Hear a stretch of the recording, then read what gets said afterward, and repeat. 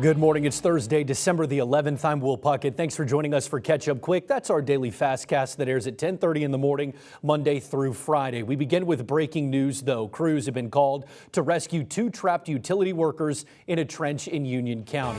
Here's what we know at this hour. Union County Dispatch tells us they got the call just after 8 o'clock this Thursday morning. Dispatchers say it's happening on Big Ridge Park Road in Maynardville. That's on Big Ridge State Park property. That's where we find our Sade Ray live right now. Sade, you were just close to the scene. What do we know? Yeah, well, like you said, I was just close to the scene, and there I saw a lot of first responders just coming into the park from Oak Ridge Fire to Knoxville Fire to Union County Sheriff's Office. And then from there, first responders told us we had to move back to the boating ramp nearby just to make room for more first responders to get onto the scene. And we're just going to be waiting for more updates now.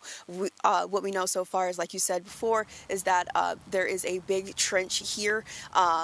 Knoxville Fire described this as a big trench, so that's the rescue that they're working on right now.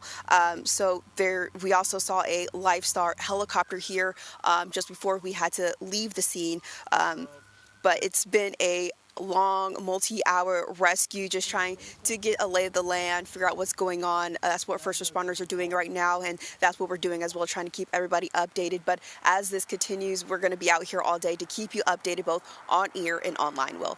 All right, our Sade Ray live just off the scene. She was close earlier. Park officials and others told them they had to move back here to the Big Ridge State Park boat ramp. That's where she is now. Sade will know you continue to work your sources out there on the scene. Critical to note in this immediacy, though, in trench collapses, while it seems like it's important to speed as quickly as possible to save the people, trench collapses happen because the earth around that trench is not secure. So it is a very painstaking, meticulous system and process they have to take to make sure they can access the people who are trapped. And so while they're trying to hurry up and save them, it's a hurry up and move slowly and delicately as they work. Also in some of that video, you saw a vacuum trunk by the Knoxville Utilities Board backing up to get to that situation. What they will literally do is suck the dirt off of that spot to try and access the people who are trapped in that trench. We were told earlier in the day by Maynardville officials that Hallsdale Powell utility workers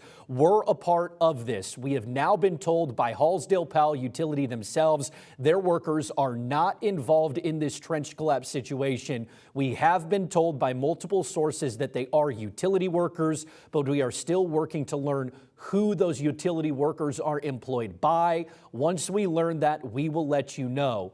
Paulette Volunteer Fire Department is the lead department on this rescue, but as Sade said, the Knoxville Fire Department, the Oak Ridge Fire Department, the Union County Rescue Squad, the Knox County Rescue Squad, all a part of trying to rescue the individuals trapped in this trench collapse like you saw in some of that video. And as Sade said, Lifestar is standing by on location to fly those individuals once they are saved to safety as quickly as possible. We'll continue to follow this news for you and update you as the day progresses. In other news across East Tennessee, a Knoxville man is accused of shooting at a car in Knox County. Court documents say that Charles DeBusk pulled to the side of Dry Gap Road Saturday afternoon in North Knox County and fired shots at another man's car. The other man was not hurt. Investigators do say they tracked DeBusk down Monday using security camera footage. He is charged with attempted first-degree murder. Well, a Maryville police officer is now facing domestic assault charges. Police say Reed Walker got into a fight with a woman after drinking at a Maryville restaurant. The victim said she was scared for her life, and it wasn't the first time Walker had assaulted her. He was later taken into custody. Chief Tony Crisp says Walker is on paid leave for now. An Anderson County preschool employee has been suspended during an FBI investigation. That employee works at Anderson County Head Start in Clinton. Officials sending a letter to parents about the situation. It says the investigation does not involve any children at the school. We'll be sure to continue to keep you updated on this story as we learn more information. Well, a new chapter in Hamlin County. Neighbors were finally able to tour the new jail there. Hamlin County's mayor says the new jail will be able to house 600 inmates. It'll also come with 3 new courtrooms. Officials say the old jail was outdated, so they're hoping the new building will make the county safer for inmates, guards, and others who use it.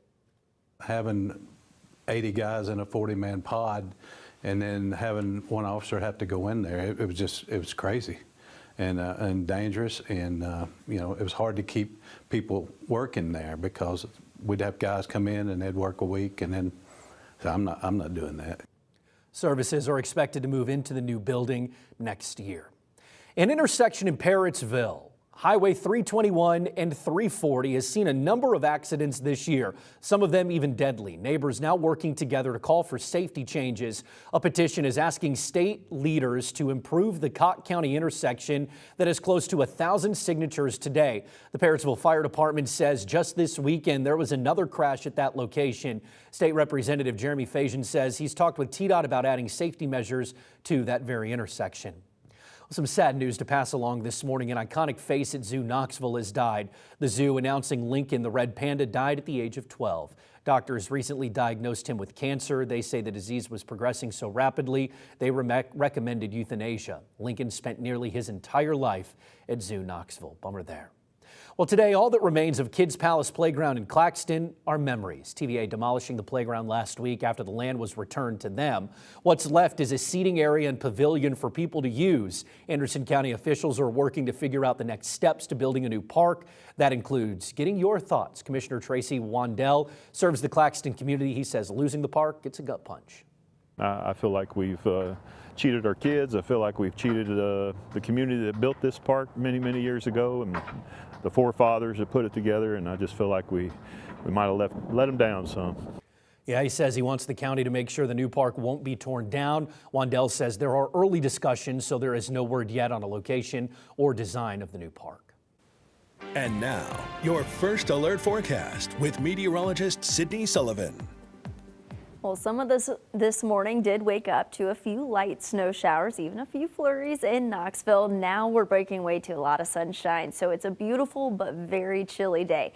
Temperatures this afternoon for most of us only getting into the upper 30s, lower 40s, and right now that's about where we are. So we won't really see much warmth on tap for us just yet. We'll see our temperatures rebound a little bit heading on into tomorrow, but we got to get through another system that will graze our region later today. So right now, yes, we've got the sunshine working on in. We'll start to see that cloud cover build as the afternoon progresses and heading on into the evening. Now our atmosphere is so dry right now. So yes, we are looking at still a system trying to clip us as we get closer towards dinner time or shortly after, but it doesn't mean that all of this moisture is actually falling. Yes, you'll likely see a few light rain showers, even some snow showers, especially pushing towards the north side of our area, so northeastern corner of our viewing area. Best chance of seeing some light snow accumulation, and that will be primarily across that Tennessee, Kentucky state line and into Virginia, lifting towards the northeast. So it's a quick moving system. We call it a clipper system as it's essentially clipping us through the early hours tomorrow morning. Can't completely rule out some flakes even in the valley, but for most of it, it is going to be elevation dependent. Otherwise, we're drier. We see a little bit more sunshine working on in for the remainder of the day. So like I mentioned, not really expecting a whole lot of activity out of this.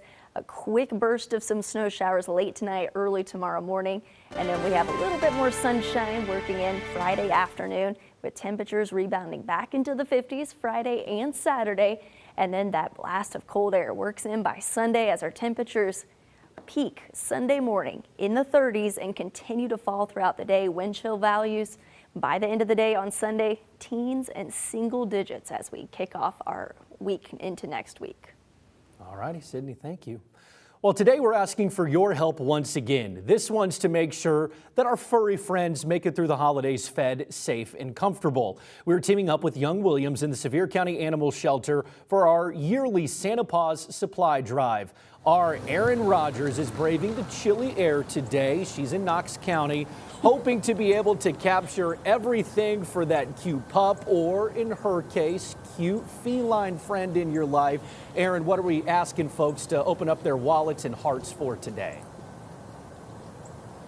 Absolutely. I mean, of course, I'm repping Chester today. That is my orange tabby cat. But we are out here at Pet Resorts really just collecting donations for all of the furry friends in all of our lives. I mean, we've already had tons of people come by. We've kind of set up some toys right here. Look how cute this one is. It's a little bear. It's full of ropes. But really just kind of accepting all sorts of things from, you know, treats to toys to food to slow feeders. I mean, this was one thing that I thought a lot of people maybe wouldn't think about would be slow feeders or like brain toys, things like that you might not always think about. But we are out here all day long. We're in West Knoxville, kind of in the Turkey Creek area, just right off of Pellissippi. Now we're at Pet Resorts, but all of the donations today are going to be benefiting the animals at Young Williams. Now this is kind of an idea of where we are right now. You just saw that map. It's also inside your WVLT News app as well. And here is the QR code that you can scan. It's on your screen right now. This will take you to the donation page. It'll also take you to the list of different items that they need. Now, I'm also joined with John today. Now, you're with Pet Resorts. I mean, this has been kind of like a whole process of getting it organized, but what made y'all want to participate in this donation drive? As soon as we heard that there was an opportunity to sponsor an event that was given back to the local community, we 100% wanted to jump all over it, especially because of the industry that we're in and the business that we're in. There are dogs that are not as fortunate to be able to come to a place like this. So giving as much as we can back to the local community and hopefully bringing more awareness to that gives those dogs hopefully a chance to be able to be at a place like this. So that's the reason that we did. And I mean, we just had somebody come by and bring a ton of blankets and food and just a ton of different things. But what is it that's specifically needed, I think, that people might not always think about, like towels or things like that? I was about to say something that people might not think about, hitting a little bit on what you said, but literally, honestly, anything. Anything that can be positive stimulation for a brain's dog or for a dog's brain, whether it be beds, whether it be blankets, whether it be little snuggies or onesies. I mean, literally anything across the board will be sufficient. Yeah, and we've had tons of people also bring like leashes and harnesses and things like that. So kind of just anything they can bring. Literally anything you can spare or you can find in your heart willing to give. So. Thank you, John, for talking to us. We appreciate it. But yeah, I mean, we're out here all day long. We're going to be out here till, I think like 6:30. So collecting donations. We've already had tons of people stop by. It's also just great kind of meeting the people that are wanting to donate and wanting to help out the community as well. Lots of people. A woman came by earlier and said, I don't know how much this is going to help, but it was a couple leashes, and that will go a long way. That will really benefit a lot of dogs in our community and a lot of people as well. All of you really showed out for our Days of Giving drive, helping out Second Harvest, so we want to see just as many people come out for the four-legged friends in our community, too. Will, I'll send it back to you for right now.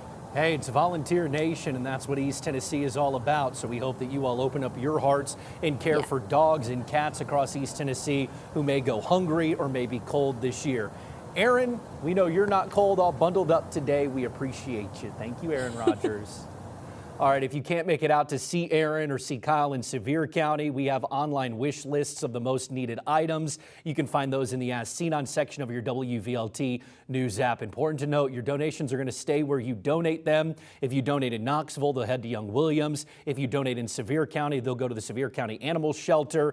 If you want to team up with us next year, just reach out to us and we'll get you in contact with the folks in our office who set all of this up. We'll be out there from 9 until, like Aaron said, 6:30 today. Not to be outdone, our radio partners are doing good in the community today. They're doing their annual St. Jude Radiothon. They're raising money for St. Jude Children's Hospital for 2 full days. Today and tomorrow, they're dedicated to answering your phone calls. All you have to do is call and pledge a donation.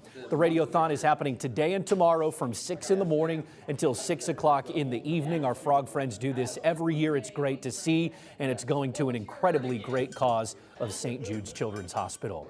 Now, you've also probably seen the folks from Salvation Army out ringing those famous bells outside of grocery stores. It's all part of their annual Red Kettle campaign. This year, more than ever, the Salvation Army says it has expanded services to meet a growing need. They're now looking to raise $30,000 more than they did last year.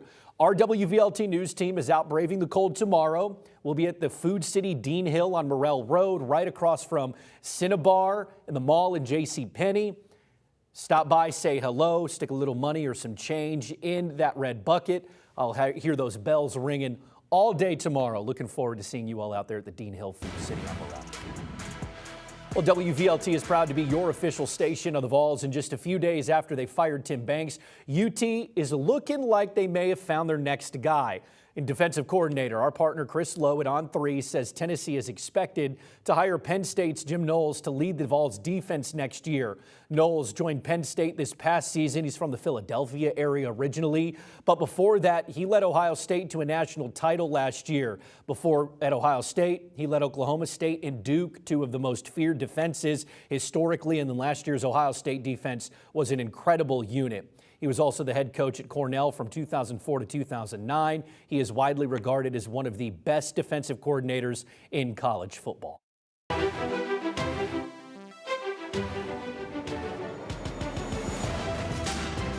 We the People, celebrating 250 years of America.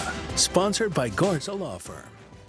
Well, on this day, December the 11th, 1972, Apollo 17 astronauts Eugene Cernan and Harrison Schmitt became the last humans to walk on the moon. They were on the moon's surface for 75 hours, where they gathered 243 pounds of material to be studied.